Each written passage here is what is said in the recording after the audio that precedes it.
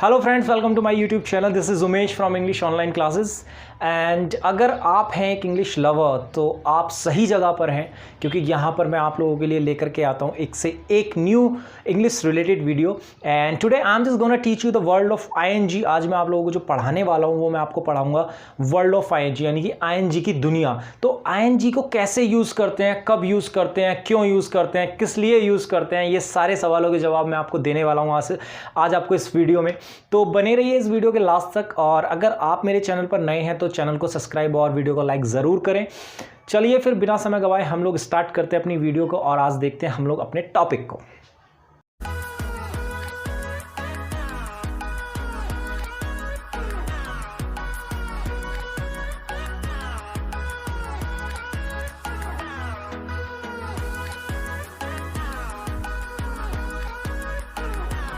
तो गाइस चलिए फिर आज हम देखते हैं अपने टॉपिक को, जो कि आज है हमारा द वर्ल्ड ऑफ आईएनजी, यानी कि आईएनजी की दुनिया। आईएनजी हम लोग बहुत सारे सेंटेंसों में लगाते हैं, लेकिन बहुत सारे स्टूडेंटों को कन्फ्यूज़न भी होता है कि कैसे यूज़ करते हैं, कब यूज़ करते हैं। तो मैं आज आपको इसी चीज़ के बारे में लेकर के आया हूँ इस वीडियो को, कि आपको बहुत अच्छे से मैं समझा सकूँ कि आप आईएनजी कब लगाएंगे और किस सिचुएशन में आईएनजी को लगाया जाता है।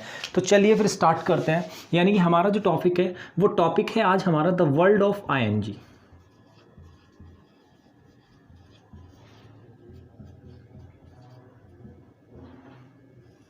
आईएनजी की दुनिया। अब पहले हम लोग इसको समझ लेते हैं कि आईएनजी के साथ जो टाइम वर्ड यूज़ किए जाते हैं वो कौन कौन से होते हैं। देखिए, मोस्टली जो टाइम वर्ड इसके साथ यूज़ किए जाते हैं वो 3 टाइम वर्ड होते हैं जो सभी को पता होता है। अगर मैं बात करूं तो हमारा पहला टाइम वर्ड होता है इज़, एम, आर। ठीक है, ये नंबर 1 होता है। नंबर 2 होता है हमारा वॉज या फिर वर। ठीक है, और नंबर 3 होता है हमारा विल बी। तो गाइज ये 3 हमारे टाइम वर्ड होते हैं, इज, एम, आर, वॉज, वर और विल बी। यानी कि इन टाइम वर्ड्स के साथ हम लोग क्या यूज़ करते हैं, आईएनजी का यूज़ करते हैं। और आईएनजी हमेशा किस में लगाई जाती है, आईएनजी हमेशा और हमेशा एक्शन में लगाई जाती है। हम लोग केवल और केवल एक्शन में आईएनजी लगा सकते हैं, वरना किसी भी चीज़ में आईएनजी नहीं लगा सकते। तो चलिए फिर देखते हैं ज़रा। अब अगर मैं आपको बात करूं तो इज़, एम, आर आपको पता ही है कब यूज़ करते हैं। इज़, एम, आर को हम लोग यूज़ करते हैं जब हम बात करते हैं प्रेजेंट की। ठीक है, वॉज, वर हम लोग तब यूज़ करते हैं जब हम बात करते हैं पास्ट की, और विल बी को हम तब यूज़ करते हैं जब बात करते हैं अपने फ्यूचर की। तो यहाँ से 3 चीज़ें हमारी क्लियर हुई। यानी कि इज़, एम, आर का यूज़ होगा प्रेजेंट में, वॉज, वर का यूज़ होगा पास्ट में, एंड विल बी का यूज़ होगा फ्यूचर में। ठीक है, तो बहुत तेज़ी से आगे की तरफ बढ़ते हैं। प्रेजेंट में हम लोग इज़, एम, आर का यूज़ कब करेंगे? प्रेजेंट में इज़, एम, आर का यूज़ हम तब करेंगे जब काम होगा कंटिन्यू। क्योंकि देखिए ज़रा, ये जो आईएनजी है ना, इसका सीधा सीधा कनेक्शन जो है ना वो है कंटिन्यू से। अगर आपका वर्क, ध्यान से समझेंगे ज़रा, अगर आपका वर्क यानी कि अगर आपका काम सेंटेंस में कंटिन्यू है, यानी कि आप किसी भी सेंटेंस को बोल रहे हो और उसमें वो काम कंटिन्यू है, वो काम चल रहा है, तो आपको क्या करना है, आईएनजी का यूज़ करना है। अब चाहे तो वो प्रेजेंट में काम कंटिन्यू है, चाहे वो पास्ट में काम कंटिन्यू है, चाहे वो काम फ्यूचर में कंटिन्यू है। ठीक है, लेकिन यहाँ पर जो हमें बहुत ज़्यादा इंपॉर्टेंट बात होती है हमारे लिए वो ये होती है कि अगर प्रेजेंट में काम कंटिन्यू है तो वहाँ पर time word is, am, are होगा, पास्ट में काम कंटिन्यू है तो वॉज, वर होगा, एंड फ्यूचर में अगर काम कंटिन्यू है तो हमारा टाइम वर्ड विल बी होगा। यानी कि हमें टाइम वर्ड को अकॉर्डिंग टू टाइम के साथ हमें चेंज करना है, यानी कि प्रेजेंट है, पास्ट है या फ्यूचर है, इस बात का ध्यान रखना है। प्रेजेंट इज़, एम, आर से बोला जाएगा, पास्ट में वॉज, वर से बोलेंगे, एंड फ्यूचर में विल बी से बोलेंगे। बट इन 3 चीज़ों में क्या कॉमन है? कॉमन ये है कि इन तीनों के साथ आईएनजी का यूज़ करना है, क्योंकि ये तीनों ही जो टाइम वर्ड है वो कब यूज़ किए जाते हैं, जब काम कंटिन्यू होता है। ठीक है, अगर काम कंटिन्यू है, काम चल रहा है, तो हमें is, am, are, was, were, will be का यूज़ करना है। इतना क्लियर होगा? आप चाहे तो उसका स्क्रीनशॉट ले सकते हैं, वरना मैं आपको एक एक करके इसको डिफाइन करने वाला हूँ। तो चलिए फिर इसको हम लोग पढ़ेंगे एक एक करके कि इज़, एम, आर कैसे यूज़ होगा, वॉज, वर कैसे होगा और विल बी कैसे होगा।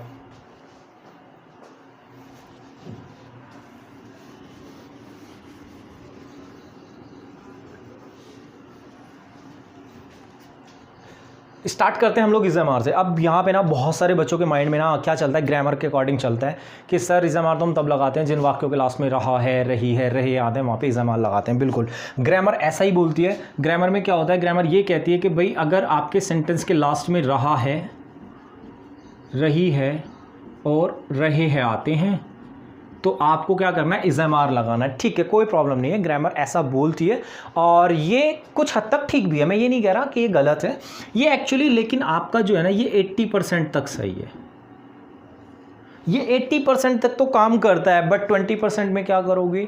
अगर आपको 100% नहीं पता तो 80% में आप जा करके फंस जाओगे, क्योंकि 20 के आगे भी तो है ना बहुत कुछ। तो उस 20% में हम लोग क्या करते हैं, इस वजह से मैं आपको 80% नहीं पढ़ा रहा, मैं आपको 20% नहीं पढ़ा रहा, मैं आपको कोशिश कर रहा हूँ दैट 100% देने की, जिससे कि आपको समझ आ जाए एक्चुअल में इज एम आर का यूज़ होना कब है।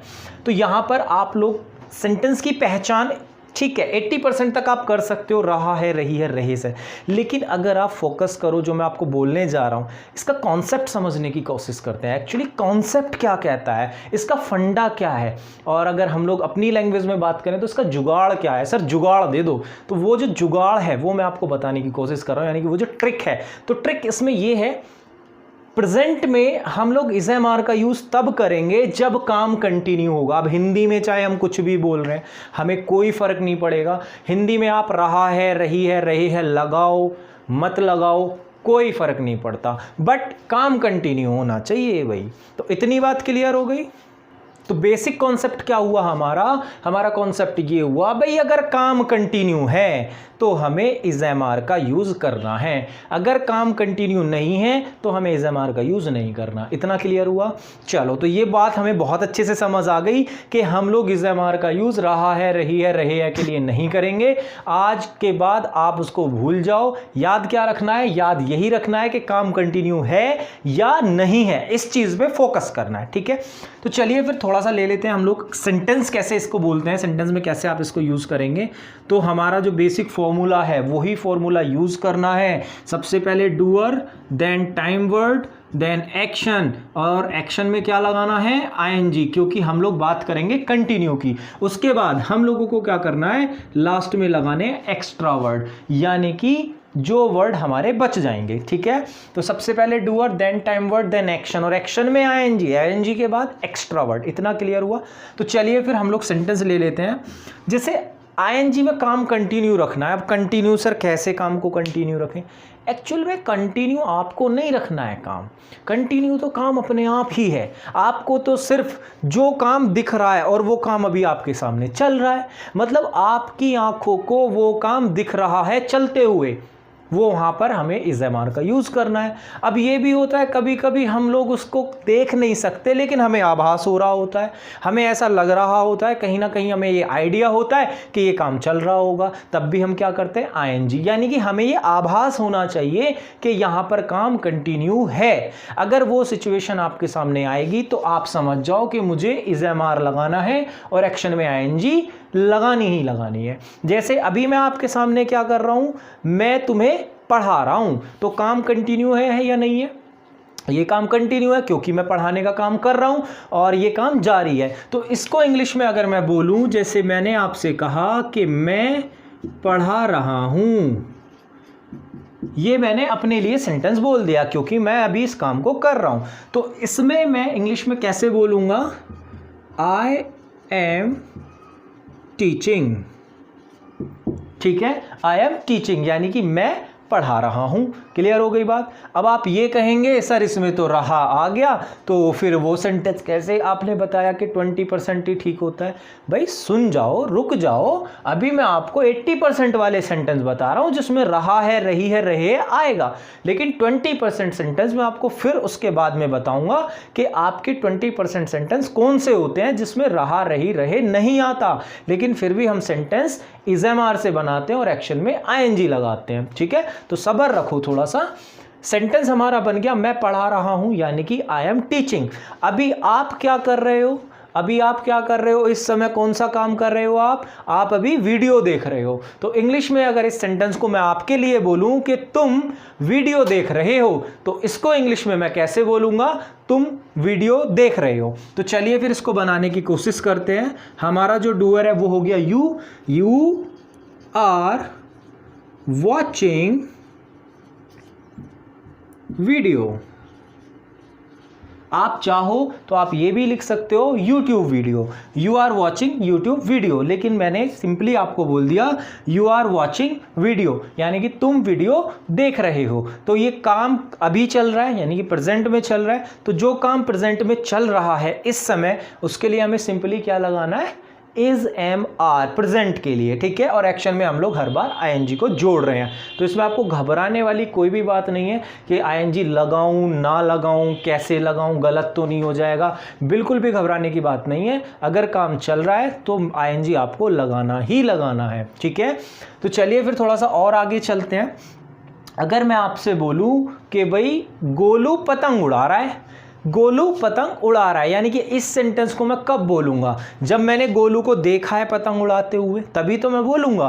तो इस समय गोलू क्या काम कर रहा है, पतंग उड़ाने का काम कर रहा है। तो इसको सेंटेंस को अगर मैं बोलना चाहूं गोलू पतंग उड़ा रहा है, तो हम लोग कैसे बोलेंगे, Golu is flying the kite. Clear है इतनी बात, Golu is flying the kite, यानी कि गोलू पतंग उड़ा रहा है, ठीक है। अभी देखो इस तरह से मैं आपको बहुत सारे सेंटेंसेस लिख सकता हूं, लेकिन उन सेंटेंसों को लिखने का कोई बेनिफिट नहीं है अगर आप खुद से प्रैक्टिस नहीं करोगे। तो चलिए फिर, जैसे मैंने ये सेंटेंसेस लिखे हैं इसी तरह से मैं कोशिश करता हूं कि आप लोग उसको बोलने की कोशिश करेंगे, ठीक है। मैं आपको हिंट दूंगा और उस हिंट को पकड़ के आपको सेंटेंस बोलना है। अब ध्यान देंगे सभी लोग कि हम लोग हिंदी की बात बिल्कुल नहीं करेंगे, हम लोग हिंदी में सेंटेंस बिल्कुल नहीं बोलेंगे, केवल और केवल मैं आपको सिर्फ हिंट दूंगा। तो आपको समझना है कि उसमें डूअर कौन है, उसमें टाइम वर्ड क्या लगाऊं और उसमें एक्शन क्या है, ठीक है। तो चलिए फिर स्टार्ट करते हैं। सपोज दैट आपने अपनी मम्मी को देखा, ठीक है। अब जब आपने अपनी मम्मी को देखा तो मम्मी उस समय क्या कर रही है, देखो जरा क्या कर रही है मम्मी, यानी कि मम्मी क्या कर रही है, झाड़ू लगा रही हैं। अब मम्मी को देखते ही आपके माइंड में क्या आया, कैसे उस चीज को बोलोगे आप, यानी कि हमारा जो सेंटेंस बनेगा वो बनेगा mother is brooming. Mother is brooming, broom means झाड़ू लगाना, और उसमें क्या लगाया, आईएनजी लगाया, मदर इज ब्रूमिंग। तो हमारा सेंटेंस बन गया मदर इज ब्रूमिंग। इसी तरह से आपने देखा आपका जो भाई है, भाई क्या कर रहा है, भाई इस समय क्या कर रहा है, टीवी देख रहा है। तो इसको इंग्लिश में कैसे बोलेंगे, यानी कि brother is watching idiot box. Clear है, brother is watching idiot box, भाई क्या कर रहा है, टीवी देख रहा है, ठीक है। अगर मैं आपसे बोलूं आपने देखा अपने फादर को, अपने पापा को आपने देखा, और पापा क्या काम कर रहे हैं, पापा क्या कर रहे हैं, इंग्लिश में father is taking the food. Clear हो गई बात, father is taking the food, यानी कि पापा खाना खा रहे हैं, ठीक है। तो इसी तरह से आपको अपने आसपास देखना है कि कौन लोग क्या क्या काम कर रहे हैं, और कोशिश करनी है उसको इंग्लिश में बोलने की। कैसे बोलेंगे, जो आपका डूअर है वहाँ पे डूअर लगाएंगे, उसके बाद उस डूअर के अकॉर्डिंग इज एम आर लगाएंगे कि इज लगाऊं, एम लगाऊं या आर लगाऊं। अब एम तो हमेशा आई के साथ आता है, और अगर आपका डूअर यानी कि काम को करने वाला कोई अकेला व्यक्ति है तो इज लगाना है, और एक से ज़्यादा है तो आर लगाना है, सिंपली, ठीक है। तो डूअर, टाइम वर्ड, और उसके बाद क्या लगाना है, एक्शन, और एक्शन में क्या लगाएंगे, आईएनजी, ठीक है। तो आपको कोशिश करनी है, आज आपका यही टास्क है कि आप लोग बार बार कोशिश करें। देखिए इंग्लिश अगर आप सच में सीखना चाहते हैं, इंग्लिश बोलना चाहते हैं, तो प्रैक्टिस आपको करनी पड़ेगी, ठीक है। आपने सुना होगा practice makes a man perfect, practice से ही हम लोग क्या होते हैं, परफेक्ट बनते हैं, ठीक है। तो प्रैक्टिस आपको करनी है, तरीका मैंने आपको बताया, करना आपके ऊपर डिपेंड करता है, क्लियर। तो अभी हमने जाना कि प्रेजेंट में अगर हमारा काम कंटिन्यू है तो हमें क्या करना है, आईएनजी का यूज करना, इतना क्लियर हुआ। तो चलिए अभी मैं यहाँ पे आपको एक सेंटेंस और देता हूँ। मैंने आपसे कहा कि रवि क्या कर रहा है, रवि दौड़ रहा है। तो इसको इंग्लिश में आप कैसे बनाओगे सेंटेंस को, रवि दौड़ रहा है, तो इंग्लिश में हमारी होगी रवि इज, और दौड़ना क्या होता है, रन, और रन में क्या लगाना है, आईएनजी। तो सेंटेंस क्या बना, रवि इज रनिंग। लेकिन क्या आप लोग मुझे रनिंग की स्पेलिंग बताएंगे, पहले ये बताओ। देखो रन की स्पेलिंग होती है RUN, सभी को पता होगा, RUN रन, ठीक है। लेकिन रनिंग की स्पेलिंग क्या होती है, रन में ING लगा दूं, है ना, यानी कि RUNING, रनिंग की स्पेलिंग हो गई? नहीं, ये स्पेलिंग हमारी है गलत, ये हमारी स्पेलिंग हो गई रॉन्ग। तो अब सही स्पेलिंग क्या है? तो सही स्पेलिंग ये होती है हमारी RUNNING। समझ आया? हमारी स्पेलिंग कौन सी ठीक है? नीचे वाली, यानी कि ऊपर वाली क्यों गलत हो गई सर? हमने तो रन में ही ING लगाया था, तो नीचे वाली में डबल एन कैसे आ गया? अब ये बात आपके भी माइंड में आ गई होगी। बहुत सारे स्टूडेंट इसके बारे में जानते हैं, लेकिन जो स्टूडेंट नहीं जानते उनके लिए मैं आपको बताना चाहता हूं कि एक्चुअल में ये स्पेलिंग रॉन्ग क्यों है और ये स्पेलिंग राइट क्यों है। तो चलिए फिर देखते हैं हमारे के रन में ING लगाकर वो डबल एन क्यों हो जाता है। देखिए ऐसा क्यों होता है, जैसे कि यहाँ पे मैंने लिखा हुआ है रन, लेकिन जैसे ही मैं इसमें लगाता हूँ ING तो स्पेलिंग बनती है RUNNING। तो मुझे चाहिए कि इसमें डबल एन क्यों हो गया सर, बस इसका बता दो, ये हमें पता चल जाए, फिर हमारा भी कॉन्सेप्ट क्लियर हो जाएगा। तो चलिए कोई प्रॉब्लम नहीं है, मैं आपको ये बताने वाला हूँ कि भाई ऐसा क्यों हो रहा है। देखो हमारे जो इंग्लिश में होते हैं वो 26 लेटर्स होते हैं, सभी को पता होगा। जो हमारे लेटर्स, यानी कि लेटर्स के मतलब है ABCDEF, ये क्या होते हैं? हमारे लेटर्स होते हैं। तो हमारे टोटल लेटर्स कितने होते हैं? 26 होते हैं, ठीक है। इस 26 के अंदर जो हमारे वाउल्स होते हैं वो होते हैं हमारे 5, ठीक है। यानी कि 26 में 5 तो होते हैं वाउल्स और 21 क्या होते हैं? वो होते हैं हमारे कॉन्सोनेंट। यानी कि 21 तो होते हैं हमारे कॉन्सोनेंट यानी कि स्वर, सॉरी व्यंजन, कॉन्सोनेंट यानी कि व्यंजन, और 5 क्या होते हैं? यानी कि वाउल्स, यानी कि हमारे स्वर। क्लियर हो गई बात? अब 5 वाउल्स कौन से होते हैं वो सभी को पता होगा, AEIOU, AEIOU, ये हमारे हैं वाउल्स, ठीक है, AEIOU। अब बाकी इनके अलावा जितने भी लेटर बचे वो सारे हमारे कॉन्सोनेंट है। क्लियर है? चलो, तो अब सारा का सारा खेलना यहीं पे जुड़ा हुआ है, इसी से रिलेटेड है सारा का सारा खेल। तो अब यहाँ पर मैं आपको क्या बताने वाला हूँ, ध्यान से सुनेंगे। अगर आपका कोई भी एक्शन समझते हैं ना, जैसे RUN, रन एक एक्शन है, रन मीन्स दौड़ना, ठीक है। तो अगर आपके एक्शन के लास्ट वाला जो वर्ड है, सबसे पहले आपको लास्ट वर्ड देखना है। अगर आपके एक्शन में लास्ट वाला जो वर्ड है, जैसे कि रन के लास्ट में क्या है? N। अब आप N से एक लेटर पहले देखो, एक लेटर बाद देखो। N से पहले क्या है? U। N के बाद क्या जोड़ रहे हैं हम? I। तो U और I दोनों क्या है? U देखो ये रहा, I देखो ये रहा, यानी कि ये दोनों क्या है? वाउल्स हैं। क्लियर हो गई बात? तो कहने का मतलब ये है, अगर कोई कॉन्सोनेंट दो वाउल्स के बीच में फंस जाए, अगर कोई कॉन्सोनेंट दो वाउल्स के बीच में फंसेगा तो वो क्या हो जाएगा? डबल। क्या हो जाएगा? डबल। जी हाँ, तो हमने क्या किया? N को यहाँ पे क्या कर दिया? डबल कर दिया। अब क्या कह रहे हो कि सर हमें तो और एग्जाम्पल दो ऐसे, तो चलिए कोई बात नहीं, और एग्जाम्पल ले लेते हैं। अब जैसे मैंने यहाँ पे आपके सामने लिखा एक वर्ड मॉप, और मॉप में मुझे जगाना है ING। तो मॉप का मतलब क्या होता है? पोछा लगाना, सभी को पता होगा। अब मॉप में मुझे ING लगाना है, तो जरा ध्यान से देखो, मॉप के लास्ट में क्या है? P, और P किस किस से जुड़ गया? देखो इधर तो है O, इधर है I, यानी कि O और I दोनों क्या हो गए? O और I दोनों हो गए वाउल्स। तो P हमारा फंस गया, यानी कि O और I के बीच में क्या फंस गया? P फंस गया। तो P को हम क्या करेंगे? डबल कर देंगे। तो स्पेलिंग क्या बनेगी? MOPPING। इतना क्लियर हो गया? मॉपिंग, ठीक है। और एग्जाम्पल दे देता हूं मैं आपको एक दो, जैसे कि एक वर्ड हमारा होता है वर्शिप। वर्शिप का मतलब क्या होता है? पूजा करना, ठीक है। अब वर्शिप को आप देखेंगे तो लास्ट में क्या आ रहा है? फिर से P, और इसके इधर क्या है? I, और इधर भी क्या है? I। तो दोनों वाउल्स के बीच में क्या फंस गया? P फंस गया। तो स्पेलिंग क्या बनेगी? WORSHIPPING,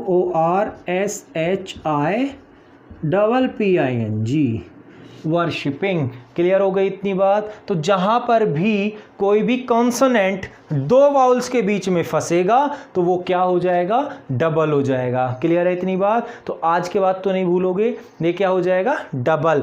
ऐसे ही एक वर्ड होता है हमारा सिट।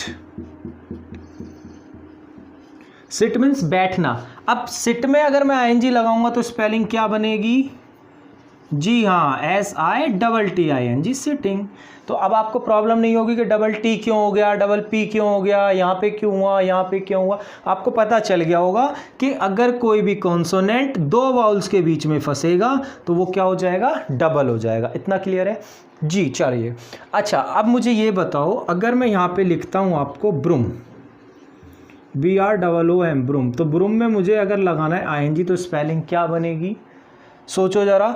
लास्ट में M है, M के इधर भी क्या है, वाउल्स है, और इधर भी क्या है, वाउल्स है। तो हमारी स्पेलिंग क्या बननी चाहिए, BROOM हो जाएगा जी, ING। लेकिन गलत। अब ये गलत क्यों हो गया सर? अभी तो आपने कहा था कि अगर दो वाउल्स के बीच में एक कॉन्सोनेंट फंसेगा तो आप डबल कर देंगे। तो हमने भी क्या किया, M हमने देखा, M से पहले भी O है और इधर भी आया है, तो हमने M को डबल करा।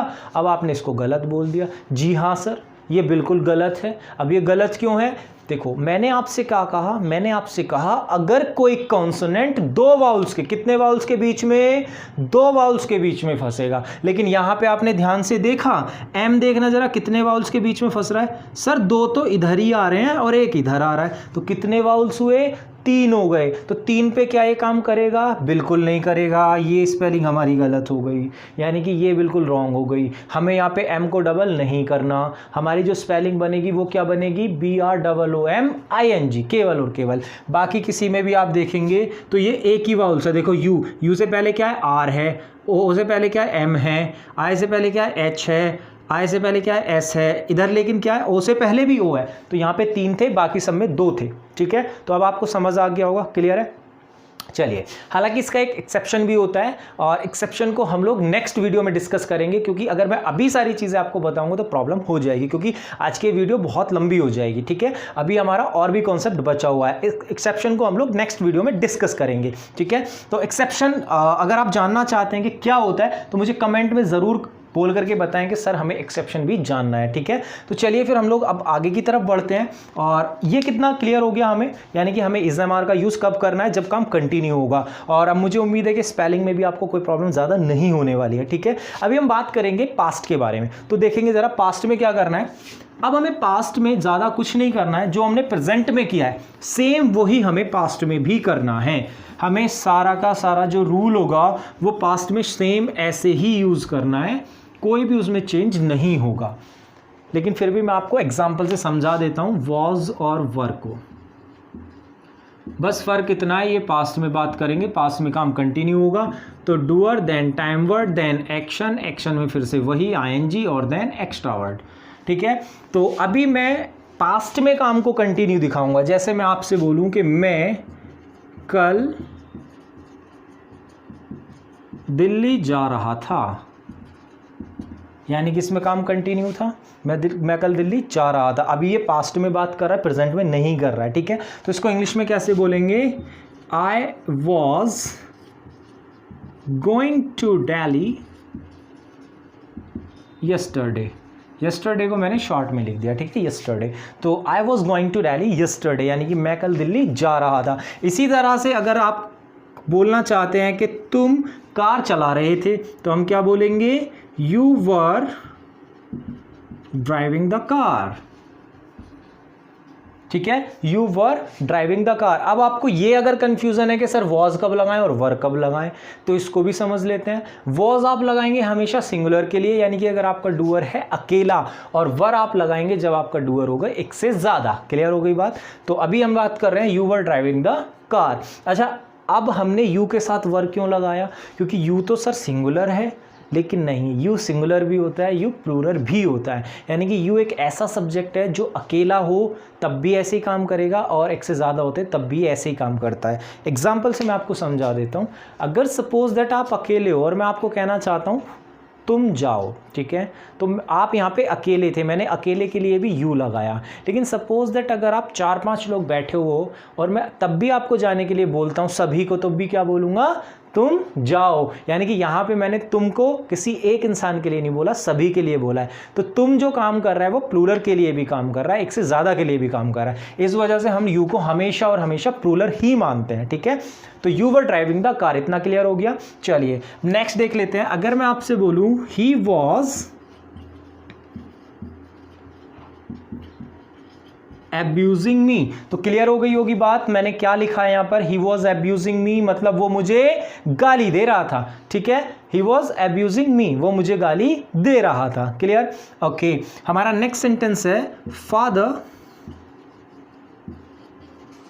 Was scolding him, father was scolding him, यानी कि पापा उसे डांट रहे थे। तो पापा पास्ट में काम कर रहे थे और ये काम क्या था, जारी था। तो जहां पे हमें काम को कंटिन्यू दिखाना है वहां पे पास्ट में क्या लगाएंगे, वॉज और वर। इसी तरह से आप सेंटेंस बना सकते हो। अगर आप नेगेटिव की बात करेंगे तो कोई प्रॉब्लम नहीं है, वहां पे नॉट लगाना है सिंपली। जैसे अगर आप बोलें कि मैं I was not fighting with you, मतलब मैं तुमसे नहीं लड़ रहा था, मैं तुमसे नहीं लड़ रहा था। I was not fighting with you. Clear हो गई इतनी बात। तो इसी तरह से आप पास्ट में सेंटेंस बना सकते हो। तो इसके तरह अगर सेंटेंस आपको फ्यूचर में बनाना है तो वहां पे क्या करना है, वहां पे हमें सिंपली टाइम वर्ड को चेंज करना है और वहां पे हमें टाइम वर्ड लगाना है विल बी। कैसे लगाएंगे देख लेते हैं जरा, ये क्लियर हो गया आपको। अगर आप स्क्रीनशॉट लेना चाहते तो ले सकते हैं, बाकी आप बाद में इसको देख लेना। ठीक है, तो अभी हम बात करने वाले हैं फ्यूचर की, क्योंकि मैं नहीं चाहता कि वीडियो बहुत लंबा हो। लेकिन अगर आप सच में इंग्लिश सीखना चाहते हैं और आपके अंदर लगन है इंग्लिश सीखने की, तो वीडियो चाहे लंबा हो छोटा हो, अगर आप सच में इंग्लिश के लिए पागल हैं, अगर आप क्रेजी हैं, तो आपको इंग्लिश के लिए वीडियो देखना पड़ेगा, चाहे वो लंबा है या फिर छोटा है। तो अभी मैं जो बात करने वाला हूँ वो मैं फ्यूचर में करने वाला हूँ। इट मीन्स विल बी की मैं बात करूँगा, फ्यूचर में मैं काम को कंटिन्यू दिखाऊँगा। ठीक है, अब ये कैसे होगा देखते हैं ज़रा। तो विल बी को हम लोग फ्यूचर के लिए यूज़ करेंगे।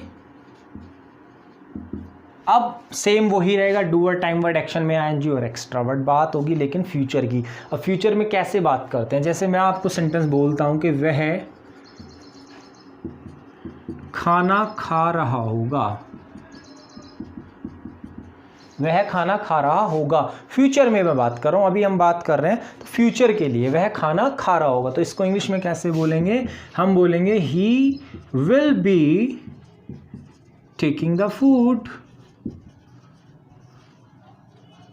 He will be taking the food. ठीक है, अच्छा अगर मैं आप लोगों से क्वेश्चन करूं, मैं आपसे बोलूं कि भाई बताओ आप लोग रात को 11 बजे क्या कर रहे होगे, आप लोग रात को 11 बजे क्या कर रहे होगे। अब सबका अपना अपना हिसाब है, कोई 11 बजे क्या कर रहा होगा, चैट कर रहा होगा, कोई क्या कर रहा होगा, पढ़ रहा होगा, कोई क्या कर रहा होगा, सो रहा होगा। तो अपने अपने आंसर आप मुझे कमेंट बॉक्स में ज़रूर लिख करके बताएंगे कि आप 11 बजे क्या कर रहे होगे। सिंपली अगर मैं अपनी बात करूं कि मैं 11 बजे क्या कर रहा हूँ, तो मैं आपको बोल सकता हूं कि भाई I will be sleeping at 11 PM. I will be sleeping at 11 PM, यानी कि मैं 11 बजे क्या कर रहा हूँगा, सो रहा हूँगा। क्लियर है इतनी बात, क्योंकि मेरे से लेट नाइट नहीं जगा जाता, मैं 11 बजे सो रहा हूँगा। क्लियर है, तो आप लोग क्या कर रहे होगे वो मुझे कमेंट में ज़रूर बताना है कि आप क्या कर रहे होगे, क्योंकि मैं जानना चाहता हूँ कि आप सेंटेंस बोल सकते हो या नहीं बोल सकते। ठीक है, तो कोशिश करनी है। इसी तरह से अगर मैं फ्यूचर में काम को कंटिन्यू दिखाना चाहता हूँ, जैसे मैं 11 बजे सो रहा हूँगा, यानी कि काम जारी होगा ना, सोने का काम चल रहा होगा ना, तो वो कंटिन्यू होगा, यानी कि फ्यूचर में काम कंटिन्यू होगा। ठीक है, इसी तरह से अगर मैं आपसे बोलूँ वह बर्तन मांज रही होगी, तो इसको इंग्लिश में कैसे बोलेंगे, यानी कि she will be doing the dishes. इतना क्लियर हुआ, she will be doing the dishes, यानी कि वह क्या कर रही होगी, बर्तन मांज रही होगी। तो फ्यूचर में काम कंटिन्यू है। अच्छा यहां पे एक चीज और होती है, अगर मैं यहां पे नेगेटिव सेंटेंस की बात करता हूं, अगर नॉट सेंटेंस में आता है तो प्रॉब्लम ये होती है कि सर नॉट कहां लगाएं, विल बी के बाद में नॉट लगाएं या विल और बी के बीच में नॉट लगाएं। तो आपको याद रखना है नॉट हमेशा विल और बी के बीच में लगेगा, यानी कि विल के तुरंत बाद नॉट लगाना है। फॉर एग्जाम्पल, चलिए मैं आपको एग्जाम्पल भी दे देता हूं। जैसे मैंने कहा वह आगरा नहीं जा रहा होगा, वह आगरा नहीं जा रहा होगा। तो इसको इंग्लिश में कैसे बोलेंगे, he will not be going to Agra, he will not be going to Agra, यानी कि वह आगरा नहीं जा रहा होगा। क्लियर? तो हमें नॉट कहां पे लगाया, हमने नॉट को लगाया विल के तुरंत बाद। क्लियर है इतनी बात? तो हमेशा नॉट जो आएगा वो विल के तुरंत बाद आएगा, हमें विल बी के बाद में नॉट नहीं लगाना है। तो सिंपली मुझे उम्मीद है कि आपको ये समझ आ गया होगा कि इज एम आर को कब लगाते हैं, जब हमारा प्रेजेंट में काम कंटिन्यू होता है, वॉज वर कब लगाते हैं, जब हमारा पास्ट में काम कंटिन्यू होता है, और विल भी कब लगाते हैं, जब हमारा फ्यूचर में काम कंटिन्यू होता है। तो अभी तक हमने इसके बारे में पढ़ा। अब आपके माइंड में मुझे पता है एक सवाल जरूर चल रहा होगा कि सर अभी तक आपने ये नहीं बताया कि वो 20% सेंटेंस कौन से होते हैं, क्योंकि सभी सेंटेंस तो कौन से थे, 80%, क्योंकि सभी में क्या आ रहा था, रहा है, रही है, रहे हैं, सब तो यही आ रहा था। तो चलिए, जैसा कि मैंने आपसे प्रॉमिस किया था कि मैं आपको 20% सेंटेंस भी जरूर बताऊंगा, तो अभी हम बात करेंगे अपने 20% सेंटेंसेस के बारे में, यानी कि वो कौन से सेंटेंसेस होते हैं जिसमें रहा है, रही है, रहे हैं नहीं आता, लेकिन हम लोगों को इज एम आर लगाना पड़ता है या फिर वॉज वर लगाना पड़ता है। तो चलिए फिर बात करते हैं उन सेंटेंसों की तरफ। देखेंगे जरा,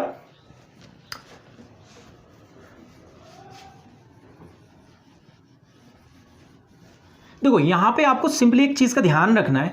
मैंने जैसा कि आपको पहले कहा था कि हमें इज एम आर तब लगाना है या फिर वॉज वर तब लगाना है, मतलब एक्शन वाइज तब लगानी है जब काम कंटिन्यू दिखाना है। अगर काम कंटिन्यू है ना तो हिंदी से फर्क ही नहीं पड़ता कि आप क्या बोल रहे हो। सपोज दैट एग्जांपल के लिए, जैसे अभी मैं आपके सामने बोलूं कि भाई मैं खड़ा हूं, मैं खड़ा हूं, क्या काम जारी नहीं है? क्या अभी नहीं खड़ा हूं? क्या आपको नहीं दिख रहा है कि आपके सामने खड़ा हुआ हूं? तो मेरा जो सेंटेंस है, मैंने आपको बोल दिया कि मैं खड़ा हुआ हूं, मैं खड़ा हुआ हूं, मैं खड़ा हूं, कुछ भी मैं बोलूं कोई फर्क नहीं पड़ता। हिंदी से, जैसे मैं आपको बार बार बोलूं, हिंदी से कोई फर्क नहीं पड़ रहा है साहब, लेकिन काम कंटिन्यू है या नहीं है बस इतना बता दो। क्या आपकी आंखों के सामने दिख रहा हूं ना मैं खड़ा हुआ इस समय भी? तो काम कंटिन्यू, और कब कंटिन्यू है? प्रेजेंट में, क्योंकि आप अभी मुझे देख रहे हो खड़ा हुआ। तो इंग्लिश में कैसे बोलूंगा? अगर मैं सेंटेंस को बोलूं मैं खड़ा हुआ हूं, तो मैं यही बोलूंगा, I am standing, I am standing. जैसे अभी आप क्या हो, अभी आप क्या हो, अभी आप बैठे हुए हो, मैं खड़ा हूं लेकिन आप क्या हो, बैठे हुए हो। तो अगर मैं आपको बोलूं तुम बैठे हुए हो, तुम बैठे हुए हो, तो इसको इंग्लिश में कैसे बोलूंगा? इसको मैं बोलूंगा यू आर सिटिंग। तो आप मुझे बताइए, क्या इन सेंटेंसों में रहा, रही, रहे आया? नहीं आया ना, लेकिन फिर भी हमने क्या लगाया? इज एम आर, और एक्शन में क्या लगाया? आईएनजी। क्यों? क्योंकि काम तो कंटिन्यू है। इसी तरह से बहुत सारे ऐसे एग्जाम्पल है जिसमें रहा, रही, रहे नहीं आएगा, लेकिन फिर भी आईएनजी लगाना पड़ेगा। और एग्जाम्पल मैं आपको देख लेता हूँ, बता देता हूँ, लेकिन मैं आपको इंग्लिश में नहीं बताऊंगा क्योंकि ये सेंटेंस आप लोग खुद अपने आप से बनाने की कोशिश करेंगे। तो चलिए फिर, जैसे मैंने कहा मैंने शर्ट पहनी हुई है, मैंने शर्ट पहनी हुई है, क्या काम कंटिन्यू है या नहीं है? काम कंटिन्यू है ना, तो इसको इंग्लिश में कैसे बोलेंगे वो आप मुझे बताएंगे इंग्लिश में कमेंट करके, ठीक है? तो मैंने शर्ट पहनी हुई है, इसको इंग्लिश में कैसे आप लोग बोलोगे? इसी तरह से अगर मैं आपको बोलूं कि मैं रवि ने घड़ी पहनी हुई है, रवि ने घड़ी पहनी हुई है, रवि ने घड़ी पहन रखी है, कुछ भी है, कुछ भी अगर मैं बोलना चाहता हूं तो मैं कैसे बोलूंगा इंग्लिश में, वो आपको मुझे बताना है, ठीक है? ऐसे ही अगर मैं बोलूं पिंकी ने काला सूट पहना था, पास्ट की अब मैंने बात की, पिंकी ने काला सूट पहना हुआ था, पिंकी ने काला सूट पहना था, तो इंग्लिश में कैसे बोलेंगे? इस तरह के सेंटेंसेस आप मुझे जरूर बताएंगे कमेंट करके कि कैसे बोलना है। ये कौन से सेंटेंस है? ये 20% में आते हैं, यानी कि जिन सेंटेंसों के लास्ट में रहा है, रही है, रहे हैं बिल्कुल नहीं आता। क्लियर हो गई इतनी बात? तो ऐसा नहीं है कि सभी सेंटेंसों में रहा है, रही है, रहे है जरूर आएगा। ऐसे भी बहुत सारे सेंटेंस होते हैं जहां पे रहा है, रही है, रहे है बिल्कुल नहीं आता, लेकिन हम लोगों को आईएनजी लगाना पड़ेगा। हम लोगों को टाइम वर्ड जो है वो is am are, was were या विल बी, वो देखना पड़ेगा टाइम के according, that we are talking about present, we are talking about past और future, so we have to decide the time word according to the time. After that you can use easily, no problem at all. So अभी हमने ये देखा है कि हमें कैसे use करना है आईएनजी का, ठीक है?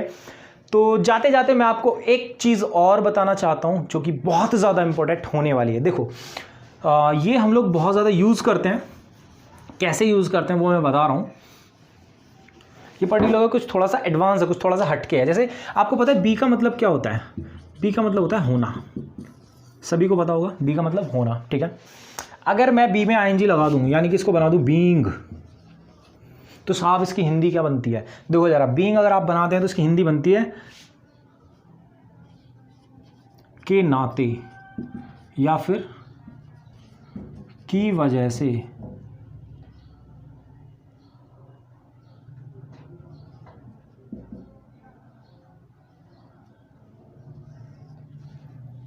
देखो जरा, बी में अगर आईएनजी लगा दूं, हाँ भाई, तो बीइंग में जैसे मैंने आईएनजी को लगाया, बीइंग में आईएनजी लगाते ही क्या बना मेरा, बीइंग की दो हिंदी निकलेगी, के नाते या फिर की वजह से। अब इसको सेंटेंस में कैसे यूज़ करते हैं, बहुत ज़्यादा यूज़ होता है, ध्यान दो जरा कैसे बोलेंगे। जैसे मैंने आपको बोला, मैं आपको बोल सकता हूँ, यस आपको ही, आपकी बात कर रहा हूँ साहब, सेंटेंस जरा ध्यान देना, आपके लिए बोल रहा हूँ ये सेंटेंस। मैं आपको बोल सकता हूँ being a good student, being a good student यानी कि एक अच्छा स्टूडेंट होने के नाते, होने के नाते, ठीक है। एक अच्छा, बी का मतलब होना और बीइंग का मतलब होने के नाते या की वजह से। तो इंग्लिश क्या निकलेगी, बीइंग अ गुड स्टूडेंट, इसकी हिंदी क्या है, बीइंग अ गुड स्टूडेंट, एक अच्छा स्टूडेंट होने के नाते या फिर एक अच्छा स्टूडेंट होने की वजह से, दोनों एक ही बात है, कोई प्रॉब्लम नहीं है। तो मैं आपको बोल रहा हूं भाई, being a good student, being a good student you must do practice,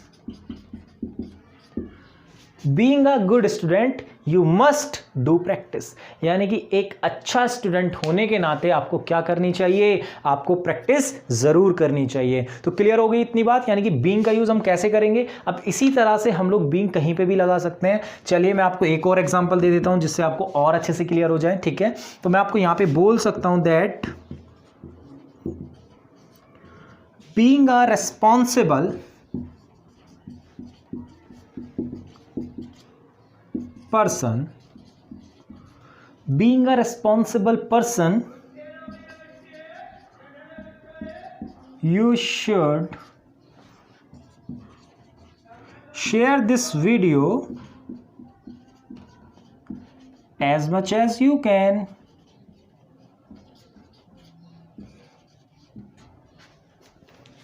clear हुई इतने बात। चलिए मैं बता देता हूं मैंने क्या लिखा है यहां पर। बीइंग अ रिस्पॉन्सिबल गाय यानी कि एक जिम्मेदार इंसान होने के नाते, एक जिम्मेदार इंसान होने के नाते you should share this video, आपको इस वीडियो को शेयर करना चाहिए as much as you can, जितना ज़्यादा से ज़्यादा आप कर सकते हैं। तो आप एक जिम्मेदार इंसान हैं, एक जिम्मेदार स्टूडेंट भी हैं, तो आपका ये फर्ज बनता है कि इस वीडियो को आप शेयर करें, यानी कि उन लोगों तक पहुंचाएं जिन लोगों को इस वीडियो की ज़रूरत है। So I hope you understood all the things whatever I have taught you in this lecture. And तो आई होप आपको ये सब कुछ समझ आ गया होगा, और मैं उम्मीद करता हूँ कि अगर किसी को कोई भी किसी भी तरह का डाउट है तो वो मुझे कमेंट सेक्शन में बिल्कुल मेंशन करके बता सकता है। I will help you for sure, मैं आपकी ज़रूर हेल्प करूंगा। And I have taught you all the things in this lecture, the world of ING, I mean how to use ING and where we can use what the time words with we can use ING. तो all the things मैं आपको यहाँ पे explain कर चुका हूँ। फिर भी अगर आपको कोई प्रॉब्लम है तो कोई टेंशन नहीं है, जब तक मैं हूँ। तो चलिए फिर मिलते हैं आपसे वीडियो के दूसरे लेक्चर में, यानी कि दूसरे पार्ट में, क्योंकि अभी कुछ चीज़ें ऐसी हैं जो हम लोग नेक्स्ट वीडियो में कवर करेंगे। जैसे कि एक्सेप्शन मैंने अभी आपको यहाँ पे छोड़ दिया है कि एक्सेप्शन को कैसे यूज़ करेंगे, यानी कि एक्सेप्शन क्या होते हैं जब हम डबल करते हैं किसी भी कॉन्सोनेंट को, तो वो चीज़ हमारी रह गई है, वो हम लोग नेक्स्ट वीडियो में इसको कवर करेंगे। Till then take care, bye bye. तो मिलते हैं आपको नेक्स्ट वीडियो में।